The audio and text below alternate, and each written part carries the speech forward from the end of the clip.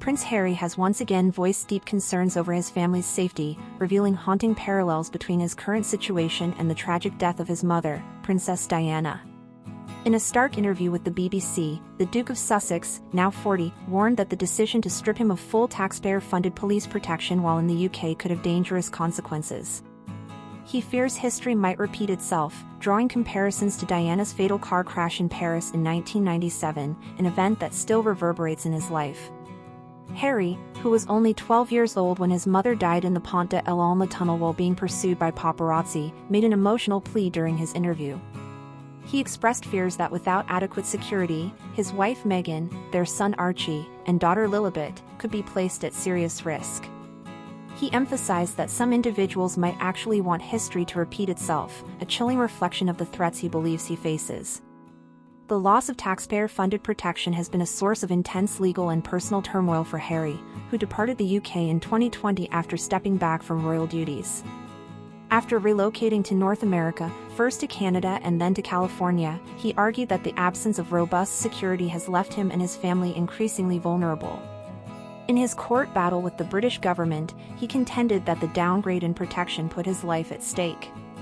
He recently lost an appeal to reinstate full security, a defeat that has left him devastated and financially liable for £1.5 million in legal fees. Harry lashed out at what he described as a coordinated effort to keep him unsafe, expressing his frustration that the courts sided against him. He suggested that those who wished him harm would view the court's decision as a victory. His remarks reflected a deep sense of betrayal, particularly towards the British establishment and the royal family. The ruling, handed down by Sir Geoffrey Voss, England's second-highest judge, maintained that the decision by RAVEC, the Executive Committee for the Protection of Royalty and Public Figures, was logical and proportionate, considering Harry's departure from royal duties and relocation abroad.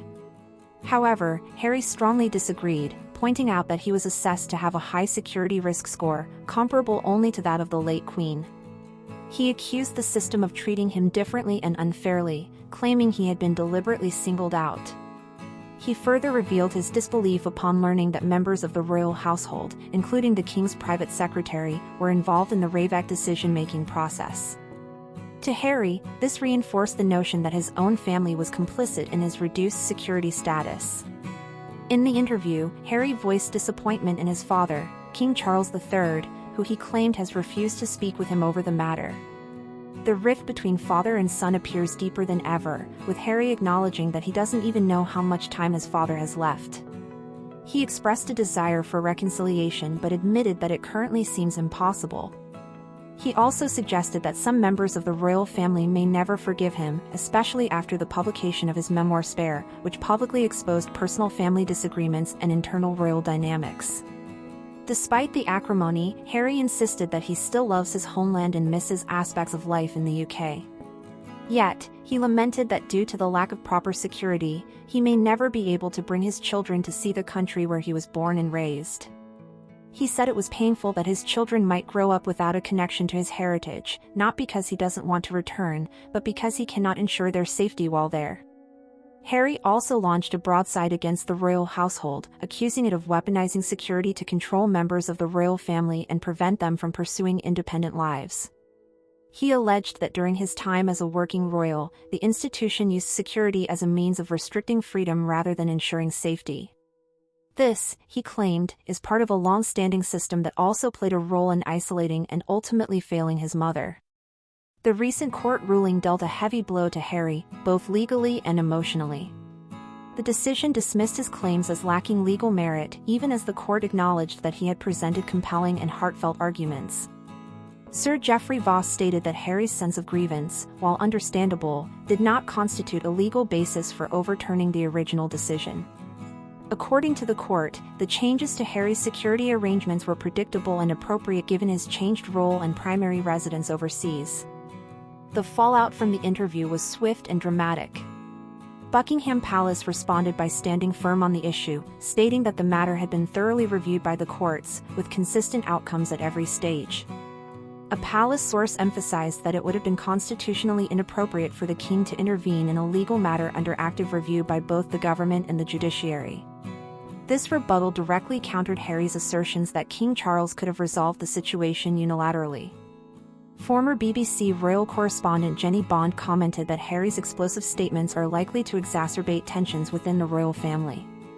She suggested that the breakdown in trust between Harry and other royals, particularly his father and brother Prince William, may be irreparable.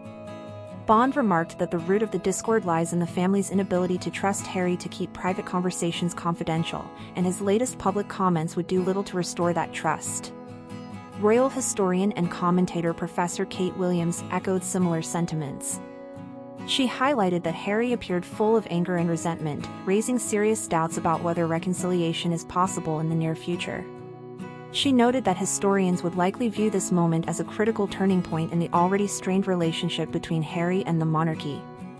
Harry's appeal also included a plea for intervention from the newly elected UK Prime Minister, Sir Keir Starmer. He argued that given the court's admission that Ravek operates with significant discretion and minimal legal constraint, it would be appropriate for the Prime Minister to re-examine the issue.